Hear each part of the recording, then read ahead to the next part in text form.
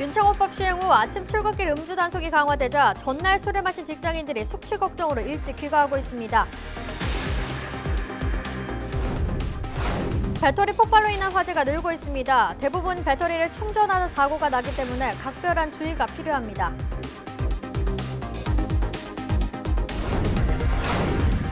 환경부가 영주댐 시험 담수에 대해 거론한 적이 없다며 해명 자료를 내놨습니다.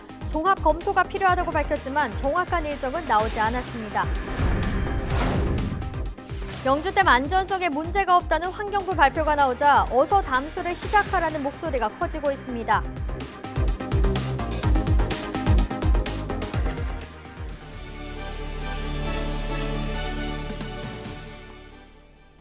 시청자 여러분 안녕하십니까? 헬로티비 대구 경북 뉴스입니다.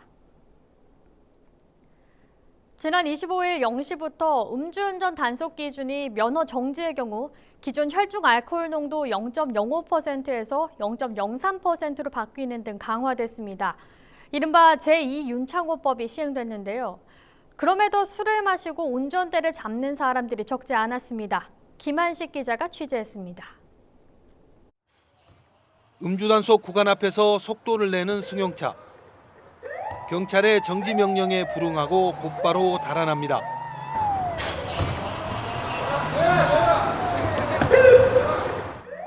경찰이 추격에 나서면서 도심 추격전이 벌어집니다. 도주 차량은 경찰의 추적을 뿌리치기 위해 역주행도 서슴지 않고 갑자기 방향을 틀어 달아납니다. 경찰은 도주 차량에 대해 수배를 내렸습니다. 도주를 한 차량이 역주행과 과속을 일삼으면서 계속 도주를 하는 상황이었습니다. 112 상황실과 지방청 교통정보센터에 공조를 요청하여 이번엔 음주단속 현장 바로 앞에서 승용차 한 대가 주차장으로 들어갑니다. 단속 중이던 경찰관들이 음주 여부를 확인하자 알코올 반응이 나타납니다. 음주 측정 결과 운전자의 혈중 알코올 농도는 0.076%, 면허 정지에 해당됩니다.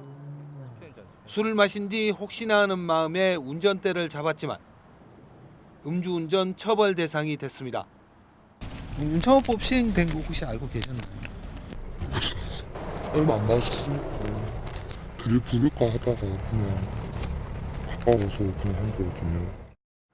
윤창호법 시행으로 음주운전 처벌 기준이 강화됐지만 도로 위의 흉기 음주운전은 끊이지 않고 있습니다. 술집이 밀집한 도심의 또 다른 도로. 음주 단속 현장을 발견하고 반대편 차선으로 넘어간 오토바이를 경찰이 붙잡습니다. 음주 감지기에 알코올 반응이 감지되자 음주 측정이 시작됩니다. 자, 봅니다. 후. 자, 됐습니다. 선생님 수치 0.081 나왔습니다. 면허 취소 수치입니다.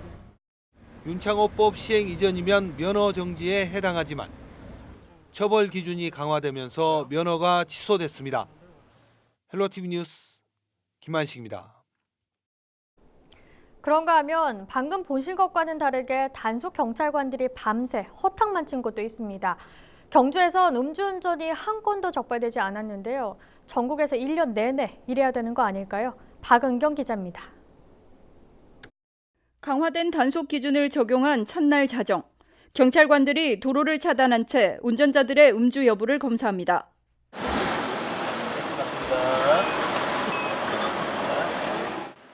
경찰의 단속은 경주 시내에서 장소를 3군데나 옮겨가며 4시간 동안 이어졌습니다. 하지만 음주운전은 단 한 건도 적발되지 않았습니다. 대대적인 단속이 예고된 데다 이른바 윤창호 사건 이후 한 잔도 안 된다는 경각심이 높아진 데 따른 것으로 풀이됩니다. 네, 원래 음주운전 안 하지만 법 강화가 또 되었고요. 오늘 음주운전 단속도 있다고 해서 생각도 안 하고 있었습니다. 술을 마시면 당연히 대리운전 부르든가 아니면 택시를 이용해야 되지 않겠습니까? 실제 전국 음주운전 단속 적발 건수는 감소 추세입니다. 2016년 22만여 건에서 지난해에는 16만여 건으로 30%가량 줄었습니다. 음주운전 기준과 처벌 수준이 강화된 만큼 시민의식도 더 나아질 것으로 당국은 기대하고 있습니다.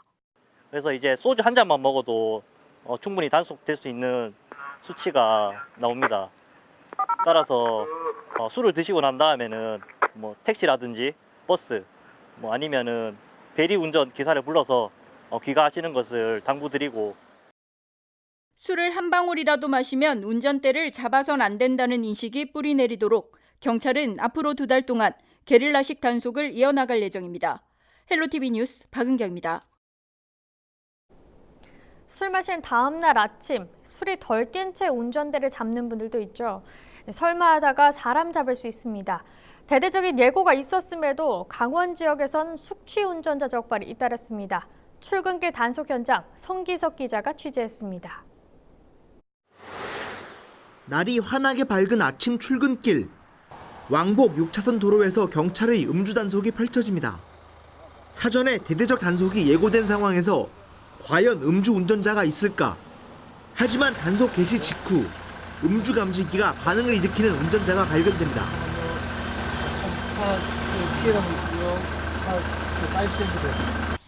정식 측정 결과는 달랐습니다. 혈중 알코올 농도 0%. 전날 밤 술을 마신 건 감지됐지만 혈중 알코올이 밤새 다 분해된 겁니다.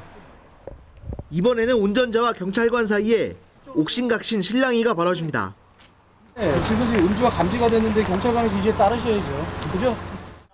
음주 측정 결과에 불복하며 체열을 요구하는 운전자.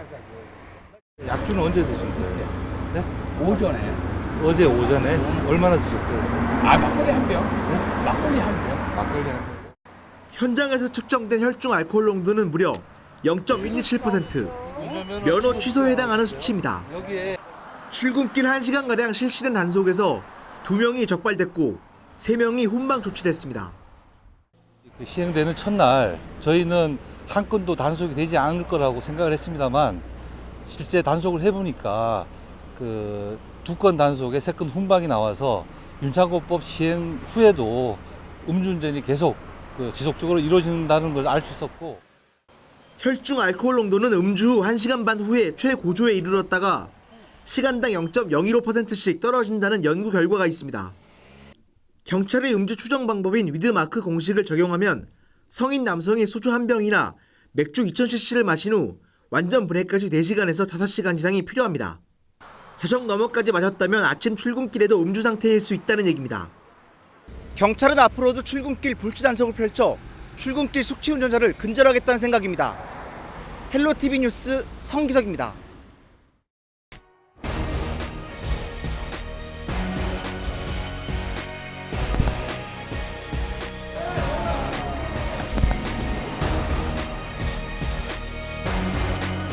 오전에. 얼마나 드셨어요? 막걸리 한 병.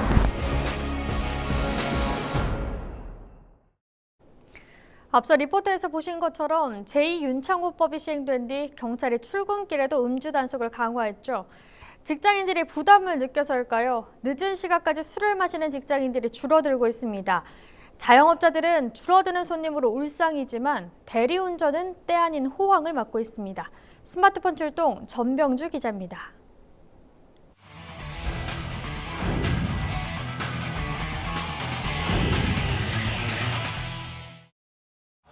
저녁 9시 안동시 옥동의 술집 거리입니다.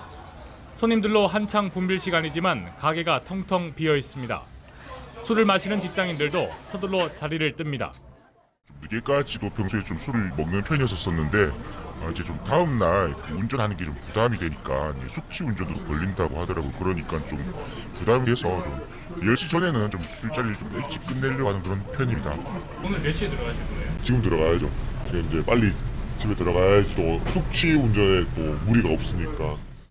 일찍 귀가하는 직장인들이 늘자 늦게까지 영업을 하는 식당은 걱정입니다. 윤창호법이 시행이 좋은 취지이긴 하지만 시행 후 손님 발길이 뚝 끊겼기 때문입니다. 완전 체감하죠. 너무 손님이 한 근래 그 시행되고부터 거의 한 50% 이상은 안 오시고 바로 가시더라고요. 그래서 많이 애로사항이 많습니다. 반면 대리운전은 때 아닌 호황을 맞았습니다. 출근길에 대리운전을 부르는 사람도 많아졌습니다. 일찍 좀 들어가는 추세입니다.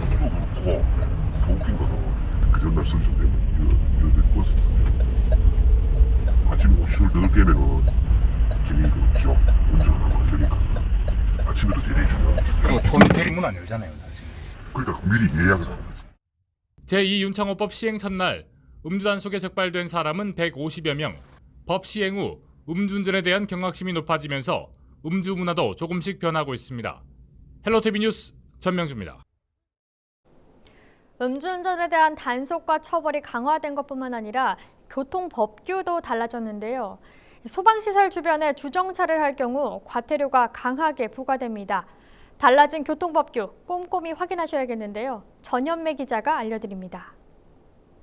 음주운전 기준과 처벌을 강화한 도로교통법 개정안, 일명 제2의 윤창호법이 본격 시행됐습니다. 일단 음주운전 단속 기준이 강화됐는데요. 면허 정지 기준은 혈중 알코올 농도 0.05%에서 0.03%로, 면허 취소 기준은 0.1%에서 0.08%로 엄격해졌습니다.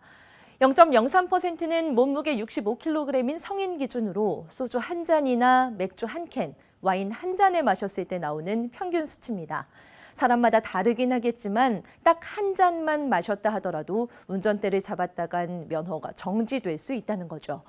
처벌 강도도 세졌습니다. 징역 6개월에서 3년, 벌금 1,000만 원이었던 처벌 수준이 징역 1년에서 5년, 벌금 2천만 원으로 올라갔습니다.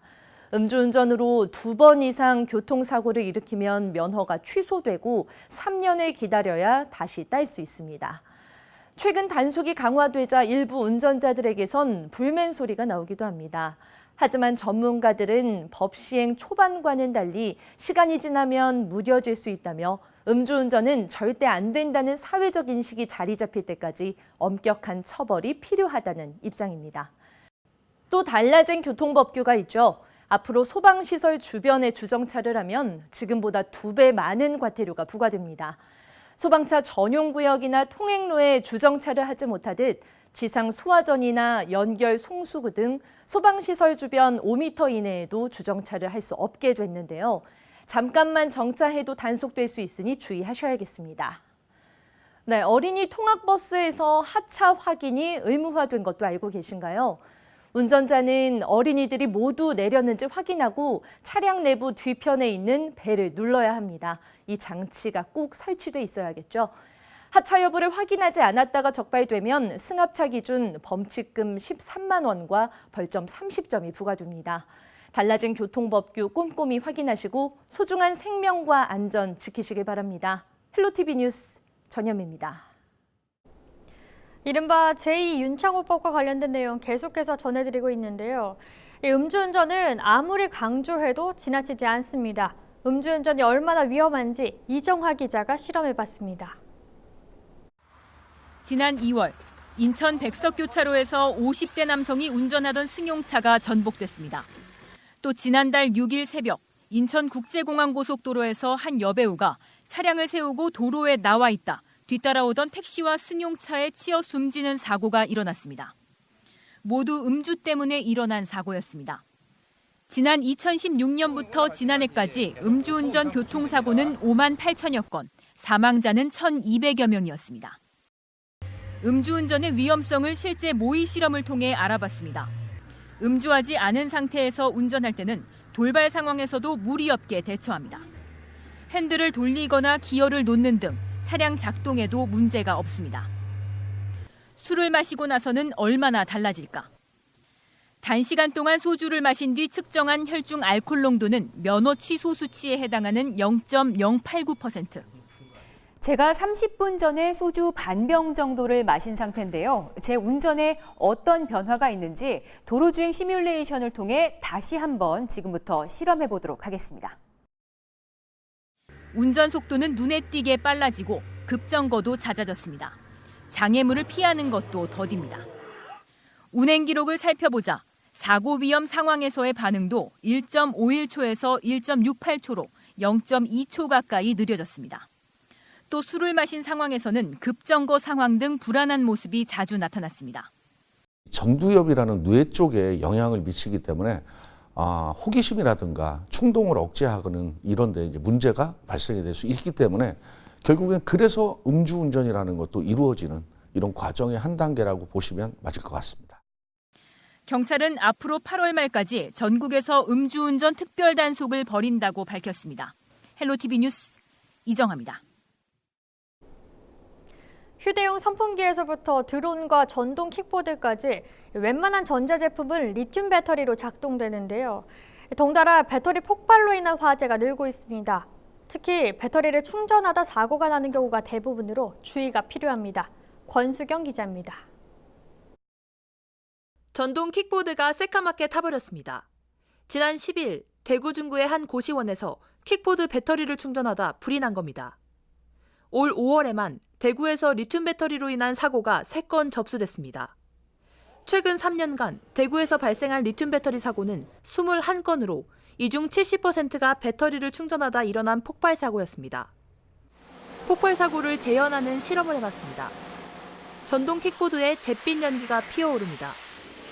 3초 만에 손 쓸 새도 없이 사방에 불똥을 튀며 폭발했습니다.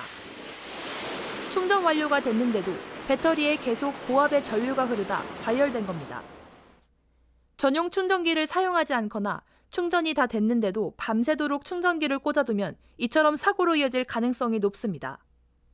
특히 이불이나 매트리스 등 불이 잘 옮겨 붙는 물질 위에서 충전하는 것도 위험합니다. 배터리 충전 시 전용 충전기를 사용하여야 하며 주위에 사람이 상시 있어야 하고 주변에는 가해물이 없는 안전한 장소에서 배터리를 충전해야 화재를 예방할 수 있겠습니다.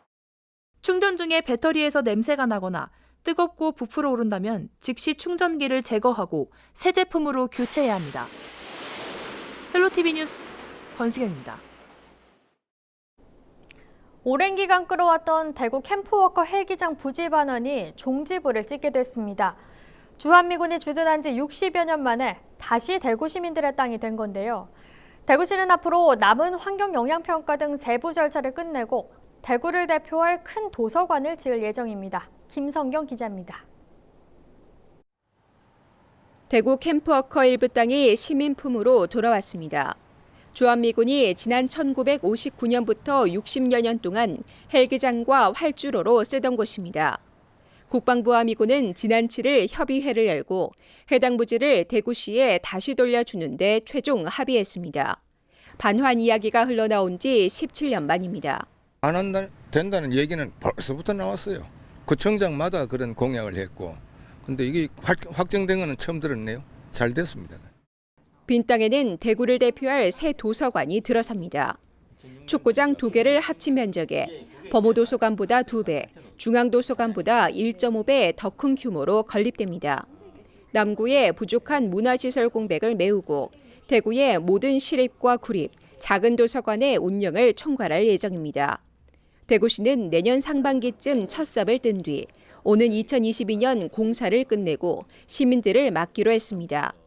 과거에 미군들이 사용했던 그런 공간을 시민들이 돌려받게 됨으로써 우리 시민들이 책과 좀 더 친숙하게 되고 도서관 자체의 건축물도 대구를 대표하는 랜드마크 건축물로 또 도서관 주변에는 앞산과 연결하는 새 도로를 만들어 일대 교통체증을 줄이는 한편 환경 영향평가 등 부지 반환을 위한 마무리 절차를 밟을 계획입니다. 헬로티비 뉴스 김성경입니다. 우리 생활에 많이 활용되는 마네킹. 이 마네킹을 활용해 경북경찰이 교통사고 예방 효과를 보고 있습니다. 마네킹 순경, 일명 마순경이 과속 예방을 하고 있는 곳을 홍정표 기자가 스마트폰 출동해서 소개합니다.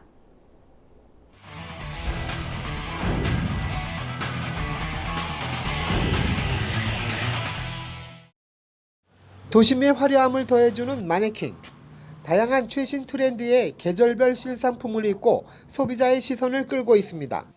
광고 효과가 뛰어나고 또 색상을 보고 이렇게 옷을 이제 자기 개인적으로 내 이 옷이 내가 입으면 예쁘지 않을까라는 생각에 들어서 많이 구경도 하고 많이 찾아요. 완벽한 체형으로 어느 옷을 입혀도 잘 어울립니다. 도로공사가 한창인 곳입니다. 현장의 위험을 알리는 여러 안내판이 곳곳에 있습니다. 이곳에도 마네킹이 있습니다. 조금은 투박한 모습이지만 안전모를 쓰고 공사장의 위험을 운전자들에게 알립니다. 사람을 대신하는 마네킹, 어디 더 없는지 찾아봤습니다. 차량 소통량이 적은 한적한 국도입니다. 하지만 이런 곳일수록 과속의 위험도 더 높습니다.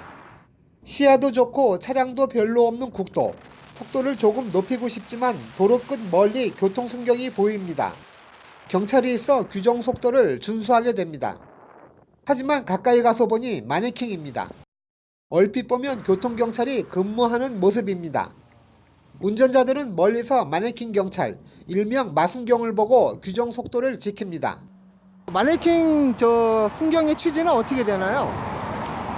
교통사고가 잦은 지점에 부족한 경찰력을 대신해서 배치함으로 운전자들로 하여금 속도를 줄이게 하는 등 교통법규를 준수하게 하여 교통사고를 예방하자는 취지에서 설치하게 되었습니다.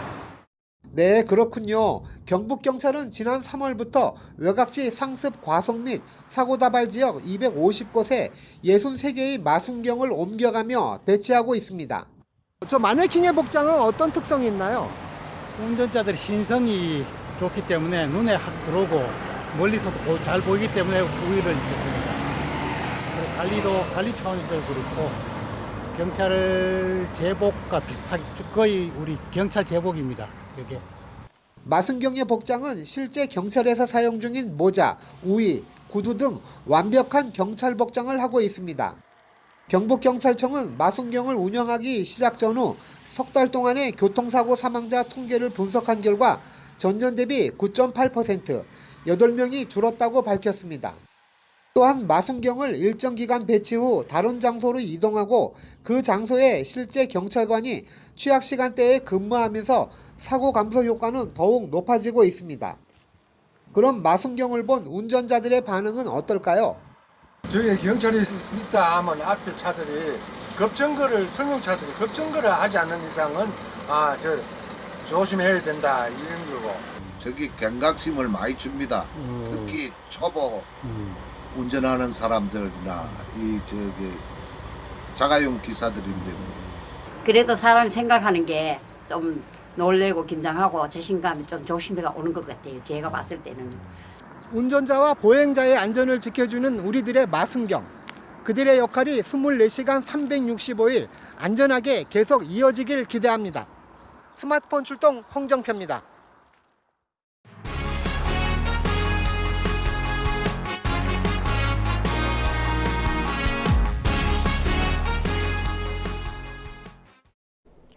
(6.25) 전쟁 당시 수천 명의 민간인이 희생된 참혹한 역사의 현장이 있습니다. 경산시 평산동의 폐코발트 광산인데요. 억울한 죽임을 당한 지 69년이 지났지만 희생자들은 아직도 영면에 들지 못하고 있습니다. 이하영 기자입니다. 1950년 7월부터 8월 사이 경산 평산동의 코발트 광산에서는 민간인 3,500여 명이 적법한 절차 없이 우리 군경에 의해 집단적으로 처형됐습니다. 지난 2009년 진실화해위원회로부터 국가에 의한 억울한 희생이라는 결론이 내려졌지만 발굴된 유해는 500여 구에 불과합니다.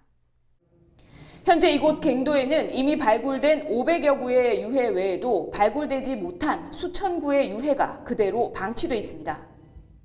진실화해위원회가 발굴한 유해 420구만 세종시 추모의 집에 임시 안치됐을 뿐 유족들이 발굴한 유해는 현장 컨테이너 창고에 20년 가까이 방치돼 왔습니다.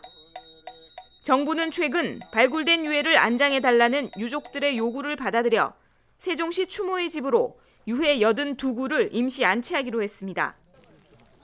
경산 코발트 광산 유족회는 유해 이송에 앞서 천도제를 시작으로 전통 재래의식을 갖춰 먼 길을 떠나는 유해들의 예를 갖췄습니다. 그래도 임시 안치소라도 해주시면 우리 고맙게 생각해야죠. 그래서 또 어차피 또 그 정부에서 또 그 평화공원을 건립한다고 그거는 있으니까 일단 거기에 기대를 걸고 그때까지라도 또 임시 여기보다는 또 거기에 모셔놓는 게 우리 유족들로서는 그나마 조금은 그래도 이 불효를 안 벗어나겠나 이런 생각하고 있습니다. 영문도 모른 채 죽어간 억울한 영혼들의 넋을 달래도 모자랄 판에 유족들의 가슴을 멍들게 만드는 것은 또 있습니다. 비통한 역사의 현장에 소란을 피우며 공포 체험을 하러 오는 사람들 때문입니다. 저희들 시근장치하고 지금 CCTV를 많이 설치했습니다. 해서 그 이후부터는 그런 건 없고 앞으로도 공포 체험이라는 이런 거 할 수 있는 장소가 아니기 때문에 그렇게 계속 관리해 나갈 예정입니다. 일제시대에는 지하자원 수탈의 현장으로 6.25 전쟁 직후에는 남한 지역 최대 민간인 학살 현장으로 아픈 역사를 지니고 있는 경산 코발트 광산. 수천 명의 원혼을 달래는 위령과 추모, 기억과 교육의 장소로 활용될 수 있기를 바랍니다. 헬로티비 뉴스 이하영입니다. 장마나 태풍으로 비가 많이 내리면 하천이 범람하면서 주변 지역에 피해가 발생합니다. 지난해 피해를 입은 전국 재해복구 지역 얼마나 복구됐을까요? 전체 지역 중 70%만 복구가 완료됐고 나머지는 여전히 수해 위험에 노출돼 있습니다. 함께 보시죠. 하천을 막고 있던 제방 이곳저곳이 터지고 농작물은 물에 휩쓸려 내려갑니다. 물에 떠밀려 내려온 죽은 물고기도 수두룩합니다. 지난해 7월 경북 의성에 100mm가 넘는 많은 비가 내리면서 하천이 논밭으로 범람했고 순식간에 물바다가 됐습니다. 1년 후 다시 찾은 현장은 지난 19일부터 공사가 시작됐습니다. 수해가 발생한 뒤 1년이 다 된 지금에서야 공사에 들어간 겁니다. 폭이 좁아 범람 위험이 높았던 하천을 넓히는 작업인데 작업이 끝나려면 한 달 넘게 걸립니다. 공사 중 장마가 온다면 무용지물인 셈입니다. 보수가 필요하지만 시작조차 안 된 곳도 있습니다. 지난해 물폭탄을 맞았던 의성 소하천 앞입니다. 한쪽에는 보수 공사가 시작이 됐는데요. 이 다리를 넘어서부터는 아무런 공사가 진행되지 않고 있습니다. 이쪽에 보시면 지난해 홍수가 났을 때 흙을 쌓아 올려서 임시 보수를 한 흔적을 확인할 수가 있는데요. 1년이 지나자 뚝이 그대로 드러났습니다. 이 하천 바로 옆으로는 작약밭이 넓게 분포가 돼 있는데 이 안쪽과 하천 쪽에 심겨진 작약의 양이 확연히 다른 걸 확인할 수가 있습니다. 이 하천 쪽에 있는 작약은 지난해 홍수가 났을 때 모두 물에 쓸려 내려갔기 때문인데요. 이번에도 이 보수 공사가 진행되지 않는다면 이 작약밭은 또다시 물바다가 될 가능성이 높습니다. 여기에 작년에 비가 엄청 와가지고 요 사고가 우리 집에 여기가 최고 수해가 많았어. 그런데 저기만 하면 요만 놔두면 또 다음에 또 물 씻어 가잖아. 그래 여기 할 때에 한목에 해야 되지. 작년에 범람하고 보수는 약간 했는데 아직까지 이게 범람질 그 위험이 있는데 아직 공사 그 계획이 없는 것 같으니까 이걸 해줬으면 좋겠습니다. 예. 여기 한 1m 정도 제방을 올려주시면 예. 의성군은 예산이 부족해 어쩔 수 없었다는 입장입니다. 신청은 했다고 하던데 안 된 이유가 있나요? 이제 그까지 할 예산이 안 돼서 이제 잘라서 예산만큼만 이제 할 수 있어가지고. 지난해 태풍과 집중호우 등으로 전국의 재해복구가 필요한 구역은 모두 2,500여 곳에 달합니다. 현재까지 약 70%는 복구를 마쳤지만 나머지 800여 곳은 여전히 위험에 노출돼 있습니다. 헬로티비 뉴스 김신혜입니다. 균열에 이어 누수 의혹까지 받고 있는 영주댐. 특별 점검에 환경부 장관까지 다녀갔지만 뚜렷하게 밝혀진 결과는 아직까지 없습니다. 환경부는 해외 전문가를 투입해 영주댐이 안전한지를 다시 살펴보겠다고 밝혔는데요. 일단 댐에 물을 채워보겠다는 것도 사실이 아니라며 해명 자료를 내놨습니다. 전병주 기자입니다. 얼마 전 환경부 장관이 영주댐을 방문한 뒤 환경부가 24일 해명 자료를 내놨습니다. 환경부는 시험 담수를 하겠다고 한 일부 언론 보도는 사실이 아니라며 종합적 검토가 필요하다고 밝혔습니다. 환경단체가 주장하고 있는 영주댐의 안전 문제는 외부 균열과 지하 통로의 균열 현상, 그로 인한 누수입니다. 영주댐의 안전성에 대한 문제의 본질은 균열 현상뿐만 아니라 그 이전에 발생되었던 용출 현상, 누수 현상, 파이핑 현상 이렇게도 얘기를 하는데요. 거기에서 발단이 되었다. 수자원 공사는 환경부 장관 방문 당시 의혹이 사실과 다르다며 반박하고 있습니다. 댐체의 누수와 기울어짐 현상은 없고 미세 균열은 댐의 구조적 안정성과는 무관한 표면의 경미한 균열이 되겠습니다. 누수가 발생하고 있다는 주장이었는데 이것은 습지 저류수가 배수관을 통해서 배수되고 있는 현상이지 파이핑이나 누수 현상은 아닙니다. 수자원 공사 관계자는 지난 특별 점검 당시 전문가들의 입장이 서로 엇갈렸다며 빠른 시일 내에 결과를 공개하겠다고 밝혔습니다. 지난주 환경부 장관은 이곳을 방문해 해외 전문가를 불러와 다시 조사하겠다는 입장을 밝힌 바 있습니다. 환경부의 추가 점검이 마무리될 때까지는 영주댐을 둘러싼 논란은 계속될 것으로 보입니다. 헬로티비 뉴스 전명주입니다. 앞서 보신 것처럼 영주댐을 관리하고 있는 수자원공사 경북 북부지사는 댐 안전성에 문제가 없다고 밝히고 있습니다. 그러자 안전 문제가 없다면 왜 댐을 비운 채 그냥 두냐며 어서 물을 채우라는 목소리가 나오고 있습니다. 권미경 기자입니다. 완공 3년이 다 되도록 텅 비어 있는 영주댐. 물을 가둘 때마다 녹조가 피어 한 번도 물을 16% 이상 채우지 못했습니다. 댐 인근 마을 주민들은 댐이 안전하다면 어서 물을 가두라고 요구하고 있습니다. 주민들은 댐 건설 이후 오히려 하천에 물이 적게 내려와 농사를 짓기 더 힘들어졌다고 호소합니다. 또 영주댐이 관광 명소가 되면 지역 경제도 살아날 거라는 기대 역시 물거품이 됐습니다. 출렁다리, 저 폭포, 그다음에 오토 캠핑장, 뭐 여러 가지 그 편의 시설을 해놨는데 지금은 가보면은 손님이 없고 전부 관리가 안 됐기 때문에 풀덩거리고 지역 주민들도 많이 실망을 하고 있습니다. 이제 댐이 안전하다고 이제 결론이 났으니까 하루속히 담수를 해서. 수자원공사는 현재로서는 담수 계획이 없다고 말합니다. 담수에 앞서 환경부의 승인이 필요하다는 겁니다.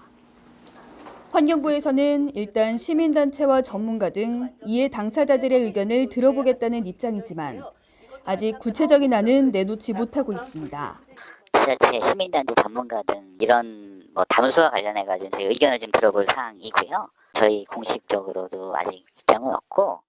여기에 녹조 문제도 여전히 풀어야 할 숙제로 남아 있어 담수까지는 갈 길이 먼 상황.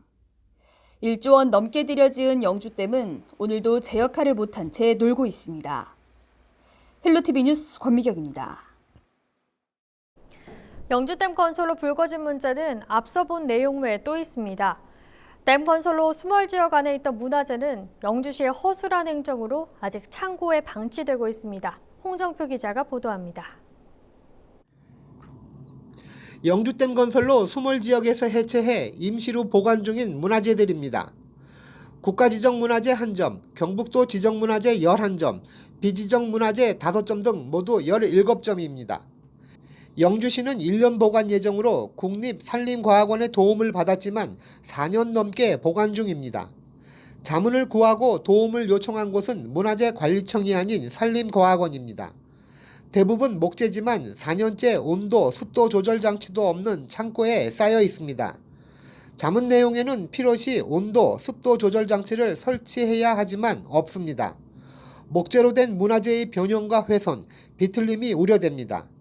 해체된 문화재가 가야 할 곳은 어디일까? 영주시 금강리 산 72번지 문화재 집단 이주지입니다. 영주댐 건설을 위해 지난 2010년 8월 문화재 소유자들과 영주시 수자원공사가 문화재 집단 이주 위치를 확정했습니다. 하지만 10년이 지난 지금까지 이전은 마무리되지 않았습니다. 이제 해체하고 난 이후에 바로 이 문화재 공사를 시작을 해야 되는데 이제 부지 조성이 늦어지다 보니까 거기에 대해서 조금 늦어진 부분이 있어요. 왜 늦어졌을까? 이주 예정지가 2010년에 확정됐지만 2012년 갑자기 팔려버린 겁니다. 매매에 대해서 어떤 규정이나 그걸 둬였어야 되는데 안 뒀어요. 원래 제한을 뒀어야지. 왜 제한을 안 뒀어요? 뭐지? 그거를 시에서 모른다 그러면 누가 얘기를 해? 그때 당시에 이제 상호 합의해 그랬는데 합의하자마자 이 사람을 팔아먹었다고 소유자라. 매수인은 임목 등기를 통해 보상비로 땅값은 물론 나무값까지 챙기는 특혜를 받습니다. 영주시의 안일한 행정 결과입니다. 이로 인한 문화재 소유자의 고통은 말할 수 없이 커져갑니다.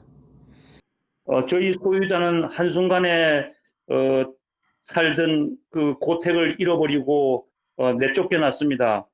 그러나 저희들은 곧 이건될 줄 알았는데 영주시와 수자원공사의 이건 계획은 너무나 무계획적이고 무사한 일이었습니다. 영주시는 수자원공사로부터 문화재 이전 및 이주단지 사업비 300억 원가량을 지난 2017년 대부분 수령했습니다. 영주시의 안일한 행정으로 인해 문화재 이전은 지연되고 특혜 의혹은 명쾌하게 해소되지 않고 있습니다. 헬로티비 뉴스 홍정표입니다. 우리 지역 의원들이 주민들의 민원과 고충을 듣고 해결책을 찾아보는 의원 발언대 순서입니다. 오늘은 육정미 수성구 의원이 엄마들을 위한 자기개발 공간 마더센터란 무엇인지와 그 필요성에 대해 짚어봤습니다. 안녕하십니까. 범을사동 황금 1, 2동을 지역구로 한 더불어민주당 수성구 의원 육정미입니다. 오늘 제가 여러분께 소개해드리고자 하는 것은 여성 친화도시 수성구에 걸맞는 여성의 성장과 아이들의 돌봄이 함께 보장되는 공간, 그 공간으로서의 마더센터를 이야기하기 위해서입니다. 그 전에 먼저 공동육아 나눔터 사업에 대해 잠깐 말씀드리겠습니다. 지금 현재 수성구에는 5군데의 공동육아 나눔터 공간이 있습니다. 두산동에 한 군데, 용학도서관에 한 군데, 그리고 얼마 전에 바로 신축한 범어3동 행정복지센터 3층에 공동육아 나눔터 공간이 있습니다. 함께 구경해 보시겠습니다. 함께 가시죠. 공동육아 나눔터 사업의 목적은 돌봄 기능을 보완하여 부모의 육아 부담을 경감시켜주고 이게 부모 공동체가 운영 주체라고 정리되어 있습니다.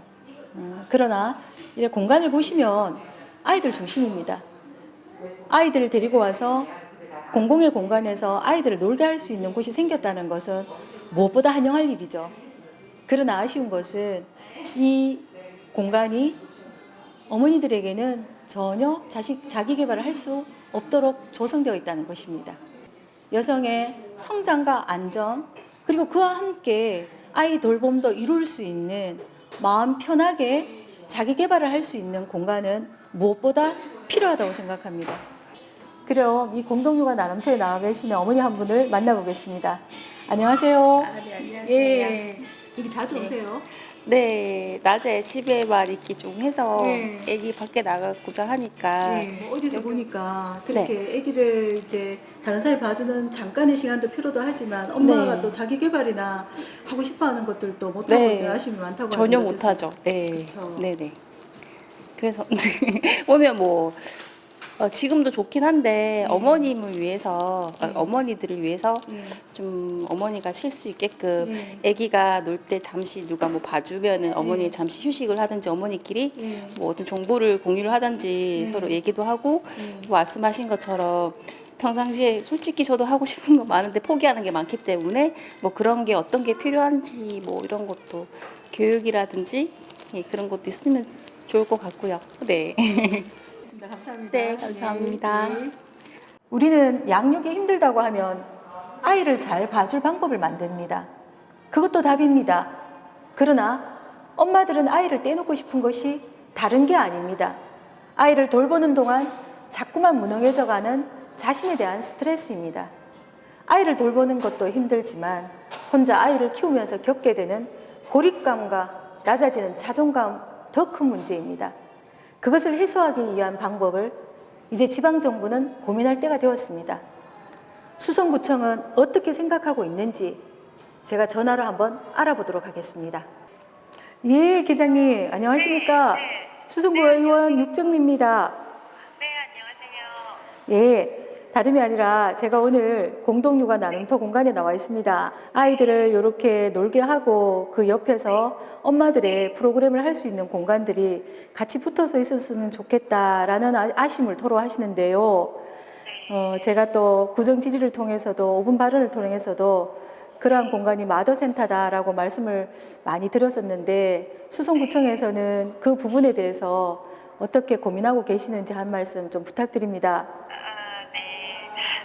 저희들도 공동육아 나눔터 사업을 좀 확대하려고 엄청 노력하고 있습니다. 그런데 의원님 말씀처럼 어머니들만의 공간이 조금 부족하다는 생각은 하고 있습니다. 그 아이들을 옆에 놀게 하고 엄마들이 옆에서 본인이 하고 싶은 좋은 취미 활동이라든가 배우고 싶은 거, 그리고 뭐 독서 토론이라든가 이런 것들을 할 수 있는 공간이 있었으면 좋겠다라는 생각을 저희들도 하고 있었습니다. 근데 그렇게 하려면 사실은 공간이 조금 커야 될 것 같습니다. 그래서 저희들이 다음번에 이렇게 어떤 건물을 마련을 할 경우에 꼭 공동육아 나눔터와 함께 어머니들의 공간을 마더센터 공간을 좀 확보하도록 연구 검토하겠습니다. 예, 기자님 그 약속 믿겠습니다. 네, 감사합니다. 예, 고생하셨습니다. 감사합니다. 고맙습니다. 네. 엄마가 아예 손을 잡고 집을 나설 때는 세상과 소통하기 위해서이고 자기와 같은 타인을 만나기 위해서이고 자신의 존재감을 찾기 위해서입니다. 마더센터는 0세부터 초등 저학년까지 아동을 기르는 여성, 즉 캥거루맘이 대상입니다.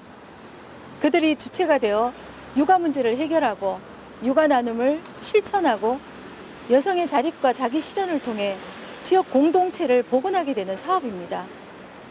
이미 지방 정부가 중심이 되어 마더센터 사업을 시작한 곳이 있습니다. 대전시 대덕구에서는 2017년 대덕 마더센터를 설치했고 관악구는 구청장 공약 사업으로 마더센터를 추진하고 있습니다. 수성구가 마더센터를 건립하여 진정한 여성 친화 도시로 거듭나기를 바라면서 발언을 마무리하고자 합니다. 지금까지 의원 발언대 수성구 의회 육정미 의원이었습니다.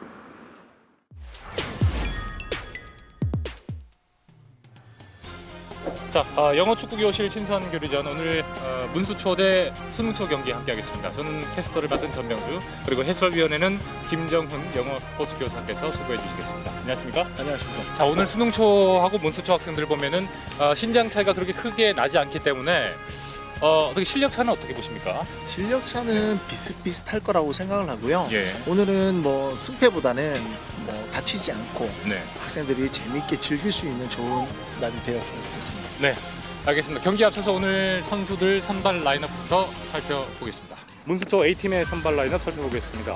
우종화, 하영재, 김진교, 문지원, 정예환, 김용민, 김민건, 황동욱, 김서준, 김누리 선수, 그리고 오늘 감독은 이탈리아의 막시모 감독이 함께하겠습니다. 파이팅! 네, 수능초 A팀의 선발 라인업 살펴보겠습니다.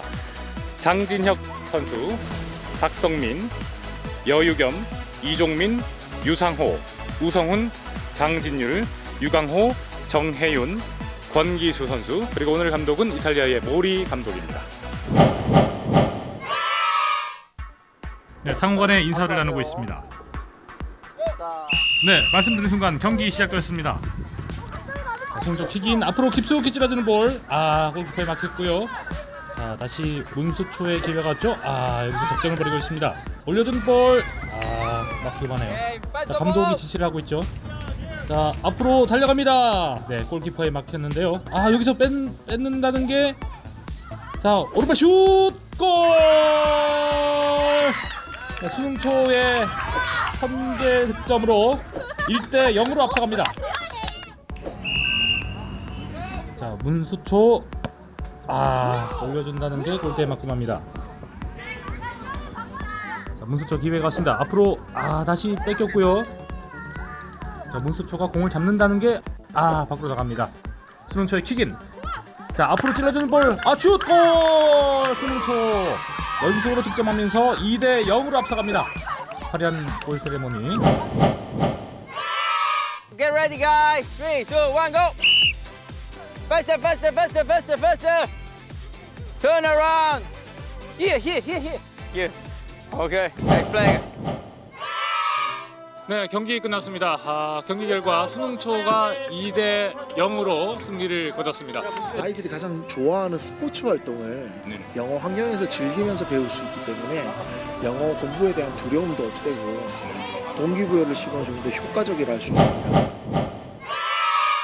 처음에는 외국인 선생님들과 영어로 축구를 배워야 해서 조금 두려웠는데 막상 수업을 하는데 크게 어렵지도 않고 너무 재밌어요. Very impressive that Korean kids are very disciplined and polite. We are very satisfied with football coach in Korea now, and we would like to let many European sports coaches know this opportunity here.